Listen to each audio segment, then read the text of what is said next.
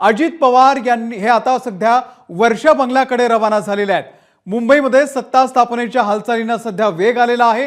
मुख्यमंत्री कोण होणार याचा अजूनही निर्णय झालेला नाहीये। देवगिरी बंगल्यावरून अजित पवार आता मुख्यमंत्र्यांच्या वर्षा बंगल्याकडे निघालेले आहेत। अक्षय भाटकर आपल्याला या संदर्भातले अपडेट देतील।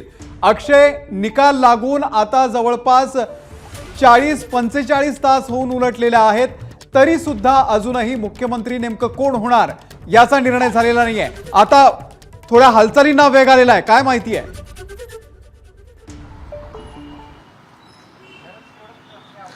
अजित पवार हे देवगिरी बंगल्यावर निघालेत हे नक्की आहे, मात्र ते मुख्यमंत्र्यांच्या भेटीला येतात की नाही याची शक्यता आहे। असे सांगितलं जातं की कदाचित अजित पवार हे मुख्यमंत्र्यांच्या भेटीला आता येऊ शकतात। थोड्या वेळापूर्वीच प्रफुल्ल पटेल हे मुख्यमंत्र्यांच्या भेटीला आले होते। वर्षा निवासाने त्यांची भेट झाली। तब्बल 20 ते 25 मिनिटं मुख्यमंत्री आणि प्रफुल्ल पटेल यांच्यामध्ये भेट झाली। त्यानंतर प्रफुल्ल पटेल हे वर्षावरून निघाले।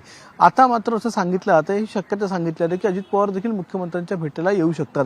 मात्र जर भेट व्हायची असेल किंवा जर मीटिंग व्हायची असेल तर त्यासाठी तिन्ही नेते हे एकत्र असणं गरजेचं आहे। मात्र देवेंद्र फडणवीस जे आहेत ते देखील सागर या निवासस्थानावरून निघालेले आहेत, मात्र ते वर्षावर येत नाहीयेत अशी माहिती सध्या मिळालेली आहे। ते इतर कोणत्या तरी ठिकाणी जाणार आहेत।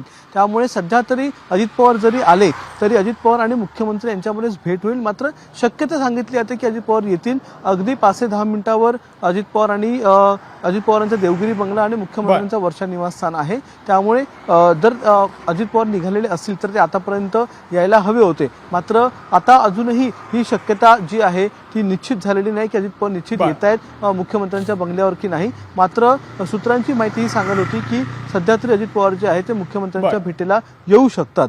त्यामुळे एकूणच संपूर्ण हा जो निकाल लागलेला आहे बहुमताचा निकाल आहे। कुठेही घाई गडबड केली जाणार नाही असं सांगितलं जातंय। त्यामुळे एक एक निर्णय जो आहे, सगळ्यात महत्त्वाचा निर्णय मुख्यमंत्रीपदाचा हा जो निर्णय आहे तो देखील पार्लमेंटरी बोर्ड जे आहे भाजपचं त्याच्यानंतर हा घेतला जाईल आणि म्हणूनच आता नेमक्या ज्या घडामोडी घडतायत त्या संदर्भातले अपडेट अक्षय मी तुमच्याकडून घेत राहू। तुर्तास धन्यवाद माहितीबद्दल।